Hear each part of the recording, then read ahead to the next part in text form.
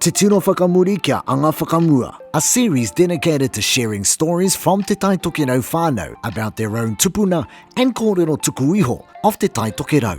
I'm going to start with the kōrero of my nana, Paniwaka Te Pā. She was the daughter of Te Parapuhi Te Pā and Erina Pukero, the granddaughter of Henare Tuauru and Ramari Pukeroa. She was the youngest of that family, and she told me that she was 8 when her father left Waikiri on a horse to go and visit whānau in Pukepoto. 3 days later they got word that he had died there.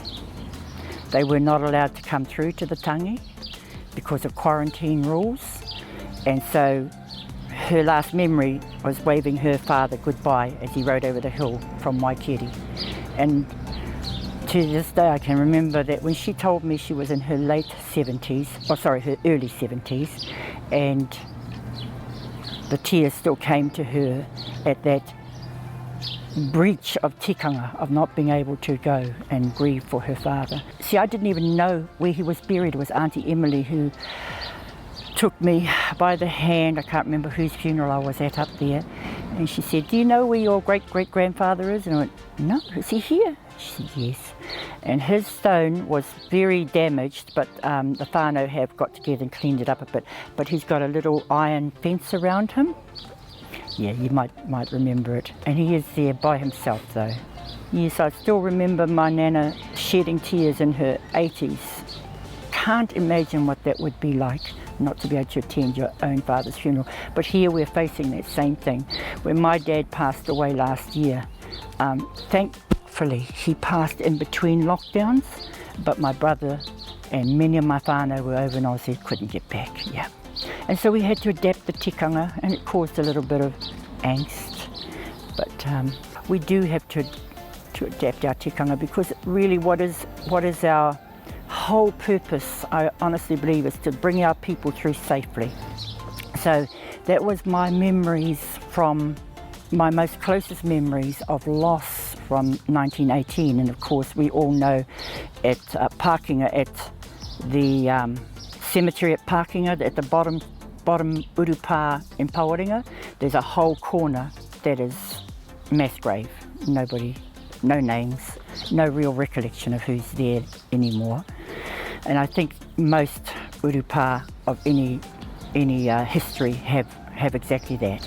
With the 1918 pandemic in Pawaringa, I also heard stories from them of going from house to house trying to help. And whether they were more immune to it because they were tauiwi, because they were Pākehā, I don't know, but they didn't get it. But many of the caregivers got it and died alongside of the ones who got it. But they would go from house to house, and they told stories of where the mother and 3 of the children were dead. And she just talked just in a mechanical kind of voice. This Sister Peters, her name was. She would have been well in her 80s when she was talking to my parents, and I was listening to her, just in a mechanical tone of voice. And we did this, and we cleaned that, and we wrapped the bodies, and we put them on the sledge, and we took them up to the grave. Those who were well enough to dig the graves, dug the graves, see the karakia straight in the ground, and I couldn't imagine what that was like, having grown up with all the tikanga of everything from te tuku wairua to te tono to all of that disrupted, gone, And I do think that led to such a diminishing of our people, and many of the things that happened to us in the mid-20th century. We were tired. I mean, look at us now. So those are my memories of previous pandemics, and I do believe I know that our tupuna were innovators. They would see something that worked better than what they already had. They would adapt it, they would adopt it, and they would use it. So I have no doubt in my mind that if there had been a rongoa that could help them stop their people from dying, for a start, or reduce the illness, that they would have unhesitatingly taken it. So before he died, our tino tino kaumātua of Ngāti Kahu at that time, Makali Machu, he left us with a little whakatauki about teaching our tamariki, And it was ko wena ngā mea mā tātou e ako kia tātou tamariki. Tau tokongia ngā mea tikana. Teach them to do the things that are right for them.